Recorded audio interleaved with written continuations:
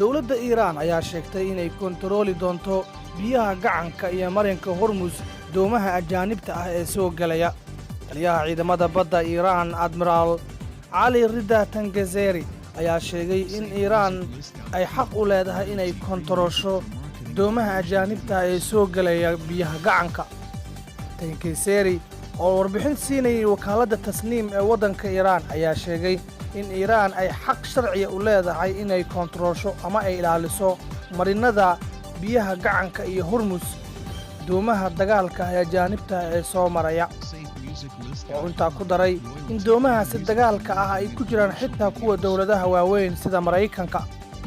waxa uu yidhi Cali Rida, korjoogtaynta iyo ilaalinta biyaha gacanka waa xaq ay Iiraan leedahay. innaga ayaa xaq u leh inaan su'aalo weydiinno maraakiibta dagaalka ee soo gelaysa marinka Hormuz iyo biyaha gobolka.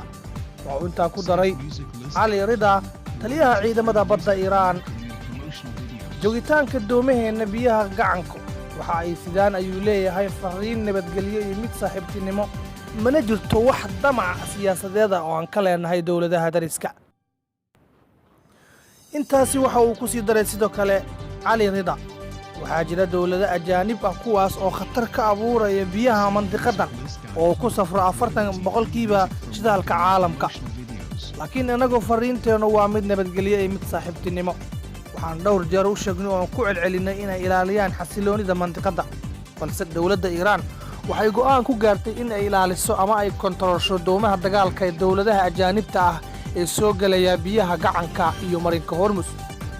dowladda Iiraan ayaa xilliyadii ugu dambeeyay xoojisay awooddeeda dhanka militariga, gaar ahaan dhanka ciidanka badda. waxaa jira doomo casri ah iyo maraakiib casri ah oo ku qalabaysan sawaariikh dheeraysa, taas oo ay dowladda Iiraan ku soo daabulayso marinka Hormuz iyo biyaha gacanka.